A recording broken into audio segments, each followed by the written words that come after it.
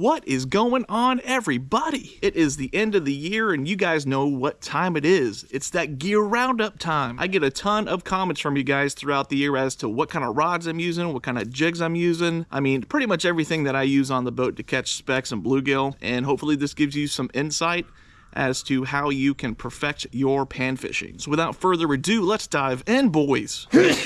Okay, so first up on the rods, we have the 10-foot ACC Crappie Stix.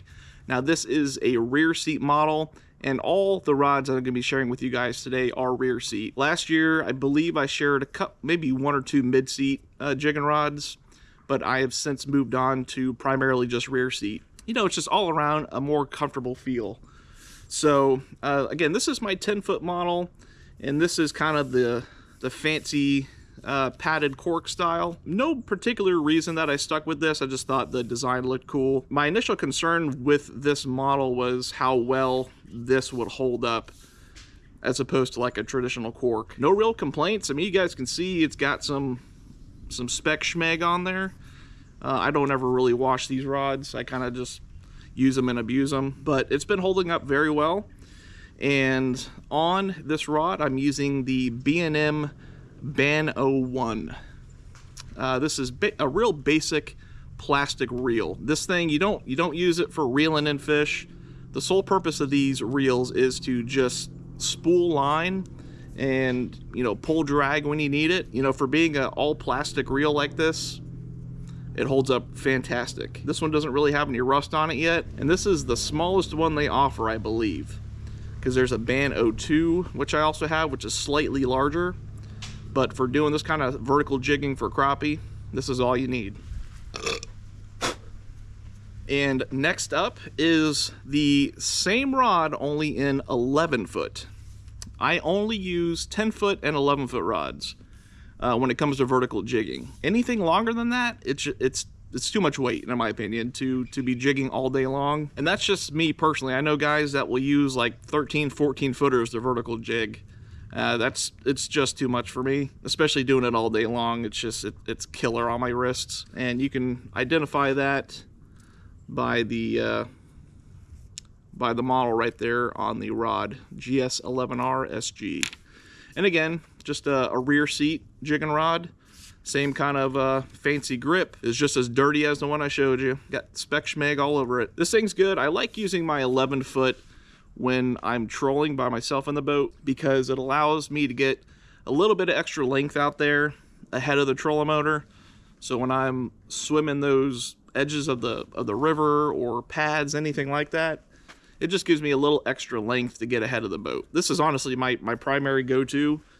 It's just, I'm so used to the length and the weight. And I'll switch back to the 10-foot, like if we're fishing real heavy, dense cover right next to the boat, I'll switch over to the 10 because you don't really need, you know, an extra foot to fish stuff that's right next to the boat. So the next two rods I'm going to show you guys, these are basically brand new additions to my arsenal. This one here is the B&M Tree Thumper. So I actually found this rod at Fast Break over in Lake Okeechobee. I got to be honest, this rod feels fantastic. This is 10 foot, and this same reel and everything, all these jig rods are going to have the same Ban 01 B&M reel. So but yeah, got the cork grip here, rear seat, as you can see. And honestly, this rod, in comparison to the ACC 10-foot, this one is slightly lighter. And I don't know if you guys can see the thickness of the neck of the rod here, but it's pretty beefy, similar to the ACC, but slightly thinner. If jigging fatigue is something that you deal with, you know, I would suggest trying this rod out. I think I paid, I want to say $59.99 or $69.99. Much more affordable than ACC, but I've only caught a few fish off this so far, but it's super comfy. Again, more lightweight than the ACC. So I'm going to be definitely using this rod moving forward quite a bit, you know, putting it through the ringer. But so far, I really, really like this rod. So I'm just going to put these rods side by side so you can kind of see the thickness comparison towards the neck of the rod here, just before the cork handle. Now, you're probably not going to tell too much of a difference on camera, but for me, they're pretty dang similar, honestly. And I don't know what contributes to the weight difference, maybe the composition of the rod, but like I said, the B&M is lighter than the ACC, but yeah, like I said, there's still plenty of backbone on the B&M to pull them out of that heavy cover, which is probably why they call it the tree thumper, huh? And last but not least, on the vertical jigging rods is the Ozark Hybrid. This is another brand new addition to the arsenal. I've only caught a Shellcracker off this so far. I'll be honest, I don't know exactly why they call it the hybrid, but on their site, they only have 2 rear seat jigging rods that I could find. The other full rear seat was pink. And nothing against pink, I just didn't want a pink rod. The reel is seated just further up. It's not as far up as a mid-seat jigging rod. It's still scooted pretty far back. This is more lightweight than the ACC and the B&M. How it will hold up in real dense cover, I don't know for sure, because the tip is much more flexible. So the backbone, I mean, you can feel it's not as stout as the ACC and the B&M. But it's super lightweight and it's so comfortable to fish with. You know, when I showed this to my dad, he's like, I don't really know about that one, because he's a big fan of the more stout neck rods like the ACC. You know, I had a B&M that I gave away to a buddy of mine as a gift, and I loved it. You know, it felt very similar to this, very lightweight and super fun to pull in specs with. When this came in, once I felt it, I was like, oh man, yeah, this is the ticket. You're going to be seeing me fish with this a lot. Probably more open pads, nothing super dense, just because, like I said, it's kind of missing that true thick backbone. Nevertheless, I'm going to be using the crap out of this rod. Let me show you a comparison between this and the ACC. So as you can see here, the ACC is quite a bit more stout than the Ozark is. But again, you know, I kind of knew this buying the rod that it was not so much for super dense cover like the ACC is, but it's just such a nice feeling rod. And all these jig rods are 2-piecers. You can take them apart for easy travel, easy storage. So this is my first Ozark rod, so I'm really excited to be putting this through the test. I know they make great rods. I believe Hayden Jeffries, he uses quite a bit of their stuff. I think he's sponsored by them. So again, this is the only close to a full rear seater I could find that wasn't pink. So anyway, looking forward to using this more. All right, so moving on to the rods that I use for bluegill fishing, Mayan cichlid fishing, even shellcrackers if they will cooperate with this style. But this is the Sam's Super Sensitive Jigging Rod. This is a 7-foot spinning reel setup, and this thing, I mean, just look how freaking thin the neck of this is. It's very, very comfortable to fish with. If you guys go back on my videos and watch the bluegill beatdown videos that I posted this year on Lake Okeechobee, both my father and I only used these rods, and we had an absolute blast. And right now I have just a little underspin tied up, or a beetle spin rather. And yeah, these things are just so fun to fish with. They're super lightweight. And the reel that I have set up on this is the Pflueger President. This is a very popular reel in the panfishing community, and it took me a while to actually buy one to try it out. On my other Sam's setup, I have a Sahara, you know what, I don't remember the name, but when I put it in front of the camera, I'll tell you.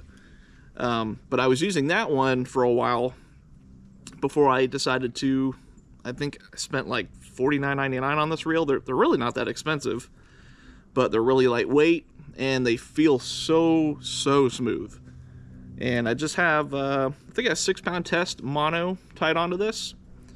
And if you guys are doing any kind of bluegill fishing, whether you're using underspins or, you know, like a small cork with crickets or whatever the case may be, grab this rod. You will not be disappointed. Okay, so here is my other Sam's. I don't have any line tied up on this right now. I need to re-rig it.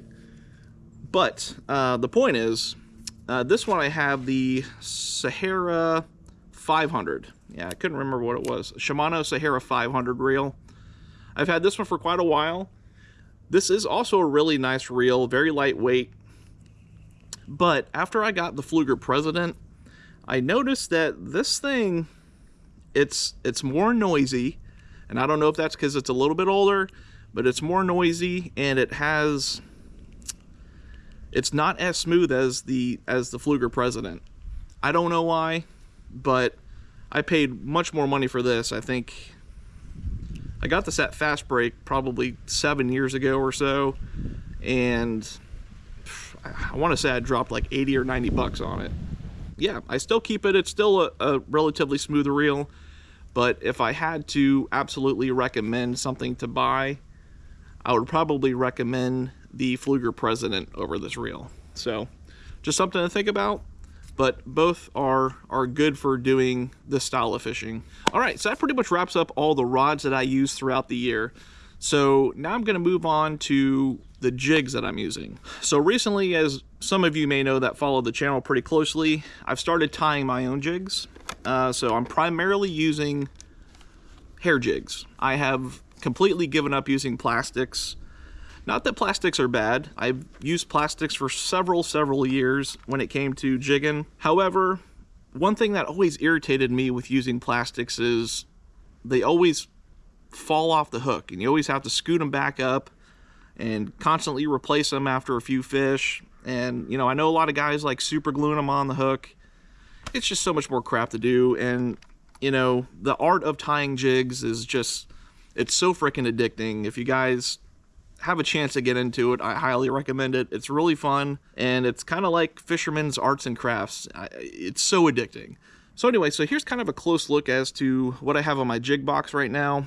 I have, you know, these here, I call these purple haze. These are my favorite to use in the Harney Pond Canal. For some reason, fish are super triggered by this color combo. And this one here, I don't really have a name for them, but this is kind of a brown and gold combination. And these are pretty deadly in the river. And these are kind of my take on the electric chicken. And now these here, this is a shrimp, and you know what, I don't remember what he called this one, but these two and this one here was tied by a buddy of mine, Kevin, and I have not had a chance to fish with these yet, but they look really good, so I kept them in the box. And then down here we have my first variations of Okeechobee green, and yeah, these have caught many fish already. Then I have this one here. I'll kind of stand in front so you can see it. I call this tiger green because of the tail. It's kind of got tiger stripes on it. I got the chartreuse head and kind of a green apple chenille on it. Again, these are all hand tied. Even the ones from Kevin, he's tied those. And this is primarily what I'm using, guys. Now these are brand new ones that I've tied. I posted a picture of this on my channel, but I'm calling these the Green Goblins. This is a black painted heads with green 3D eyes and kind of a black and green chenille, black tails with a little bit of green flash in them. Oh, guys, I cannot wait to try these over in Okeechobee. And these aren't really named, but they're kind of a replicate of the cocaine that Kevin hooked us up with for Okeechobee, which my dad absolutely hammered the specs with them. I didn't have exactly the same colors available to kind of replicate that look, but you know, I think these came out pretty good. Just kind of the red 3D eyes, painted the heads white with kind of a sparkle in the paint, white chenille, and flash of blue for the tail. So these are brand new. I know the white works on Okeechobee, but I'm really curious to see how those goblins work out. So again, I'm primarily using hair jigs right now, but if I had to recommend plastics, I mean, you really can't go wrong with the Bobby Garlands. The color is always going to be dependent on the body of water that you're fishing. Usually the darker the water, the darker the bait you want. So kind of just keep that in mind. But you know what's kind of strange is, you know, like in the Withlacoochee River where you guys see me fish a lot, that water is super stained. but I can throw something in there like an electric chicken, a bright green, and the fish still hammer it. So it's really kind of one of those things. I mean, you got to experiment with what the fish like. I know not everyone has the means to go out there and start tying their own jigs. You know, again, if you're serious about getting into pan fishing and you fall in love with the sport, tying your own jigs, it's only a matter of time before you get into it. I'm telling you, it's so satisfying to create something yourself and then catch fish off of it. And once that happens, you're hooked. So yeah, that's pretty much what I'm using for jigs. I'm gonna throw in this little bugger here. This is the Boomerang Tool. You can get this off Amazon, but I picked these up a little over a year ago, maybe a couple years ago. But this thing is great. It's got the retractable thing. I usually clip this onto my belt loop on my jeans while I'm fishing, so I can just pull it up real quick when I need to tie on a new jig, whatever the case may be. And this little button in the middle here, it opens up the scissors, and these are super sharp. This even cuts braid, and then when you're done, you kind of pinch them down, pull them back, and it puts the scissors back together. So I believe this is stainless steel. I mean, this thing has been put through the ringer. My dad's got one too, and we absolutely love them. So get yourselves one of these. It's so much just more convenient than using like nail clippers, because I used to keep those in my tackle box and have to pull them out every time I got to retie a jig or, you know, retie line. This thing, like I said, snip it onto your pants, retract it up, and when you're done, just let it go and it hangs at your side there. So again, Boomerang Tool, can't go wrong. All right, and this fine piece of hardware, you guys saw this in my last gear roundup video last year. This is what I use to pull holes. This is just, I call it a weed puller. This is an angled piece of aluminum or steel, not quite sure. Feels like aluminum, but it's kind of just welded onto a pool stick here. You can get these at like Home Depot or like a pool store, but these things, you can loosen them, and it's like a telescoping rod. But I'll be honest, this rod itself is pretty heavy, so it's not the most convenient thing to use or comfortable thing to use. We had a variation of this some years back that was much more lightweight, so you could actually hold the weed puller in one hand and hold your jigging rod in the other and just slightly pull open holes and drop your jig down without causing too much disturbance on top of the water. But this thing, it's so freaking heavy, I can't manage it with one hand and jig with the other. So I usually pull open holes with this first and then put it back down, and then I'll jig in the hole. You know, this is a homemade deal. This is nothing that we bought. A lot of guys just use rakes. Actually, I have another older variation of this. Let me grab it. Oh yeah, this freaking thing. It's covered in cobwebs and everything because I haven't used it in like a decade. This is a pretty heavy rod. I don't even know what it went to at one point. And I don't remember who even created this. If this was my dad's or... I couldn't tell you. But it's one that I have, and it's just got a big old hook on it. And it's screwed into the back here with stainless screws and nuts. You know, something like this. This works just fine for pulling holes. So just kind of get out there, be creative. You don't need anything super special. You just need something that will pull open those weeds on top. So, yeah, pretty neat. But I've had a lot of you guys message me about getting a hold of something like this. I've even had a couple guys ask if my dad would make them one. You know, I can't speak for my dad, but maybe if enough of you ask, maybe you can talk them into it. I don't know. But again, you really don't need anything special for doing this kind of thing. Okay, so the next piece of equipment I'm going to show you is kind of a leaning post that we tend to put on the boat from time to time, especially for fishing two people on the boat. I'll never use this if I'm just fishing solo, but it's real nice, especially if you're jigging heavy cover and you need to get into some hard to reach areas, and this is that tool. I believe I had a couple of you guys ask about this on my videos as to what it was. Now, this is a custom welded one, either by my Uncle Mike or maybe my dad. I don't think my dad did this, maybe just Uncle Mike. But yeah, you can lean on it You can grab it and, you know, kind of lean off the boat to, like I said, get to those hard to reach areas when you're jigging. And, you know, you can lean your rods against it. It's a pretty cool tool.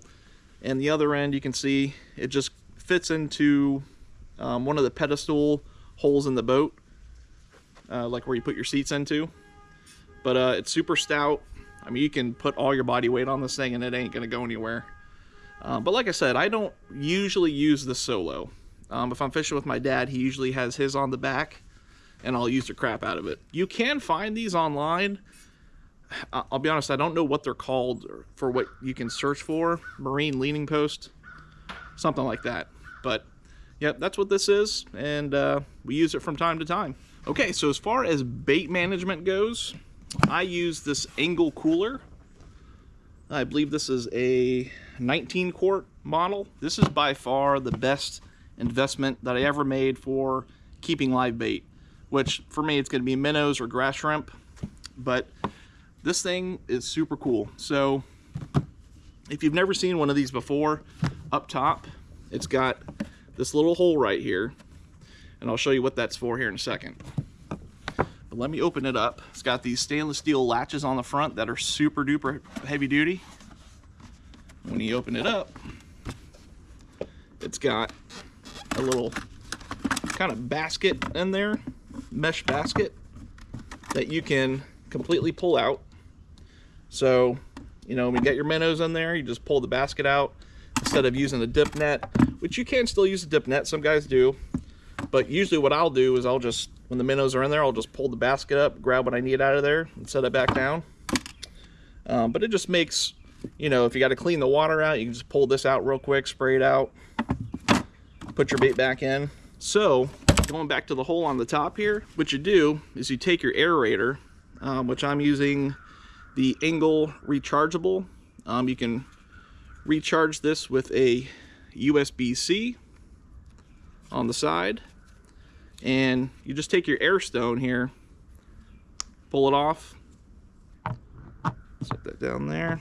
So as you can see, I've fished it through the top of the cooler here in that little hole, and then you can take your aerator and just mount it on the side like that. So once you have it on there, you just open it back up, put the air stone back on the hose, and then you're ready to go. So again, this Engel cooler, definitely the ticket for live bait. Okay, so next I'm going to show you my catch counter, which is probably the most frequently asked question on the channel, is what is that cooler and what is that chute you're putting the fish through? So this is the catch counter. Now I have this mounted on a 60 quart tall style cooler, and this has wheels on it as well as a retractable handle I can use to tote it around with. But this catch counter, this is just the chute portion, and what you do is you cut open a hole in your cooler and then you mount this on top. So this isn't sold all in one. Actually, you can buy them as one unit, but they're going to be the traditional like wide style cooler. But it's pretty cool. I mean, pretty much how it works. You can see on top it's got the little counter, and you can reset it back to 0. And basically as you drop fish in, it counts how many go in. Pretty basic. And when you're done, you just reset it back to 0. But yeah, it's just got the little spring here. You can tighten this a little bit if it starts to get loose, but you know, nothing real special to mount in this thing. I just used stainless screws and washers. So that's the cooler that I use when I'm planning on bailing some fish. And also, if you guys are interested in that cooler, I typically will leave a link for people that ask for the full review of the catch counter. So if you haven't seen that yet, go back on the channel and check that out. Oh yeah, nothing like 4 o'clock coffee. Alright guys, so that pretty much wraps up this gear video. As always, if you have any questions on any of the gear, equipment that I've shown you today, drop a comment down there and I'll do my best to get back to you. You know, again, all the stuff that I use, this has been a progression of over, you know, decades of spec fishing and bluegill fishing. You don't really need all the fancy equipment that I have. I tell people all the time, you can get out there with just a basic cane pole, some mono line or braid, and you can still catch these fish. You don't need all the fancy rods and all the tricked out gear that I got. But I'm gonna be honest with you, you get down the rabbit hole, it's kind of hard to stop. Trust me, I know. But anyway, I appreciate you guys watching, and I do apologize that I haven't been posting more frequently. As we near closer to the holidays, things get a lot more busy for me with my full-time job. That will change here come next year. I have a lot of things in the works that I'm excited to share with you guys. So I appreciate your patience, and I promise there's more content coming, but that's all I got for now. So if you haven't subscribed already, please consider doing so, and please check out some of the videos I got on the channel, especially this last Okeechobee trip we did. Whoa, buddy, we slammed some jumbo specks. So get up in it, and make sure you hit that notification bell as well so you get notified when I do post new content. All right, guys, thanks again, and I will see you on the next one.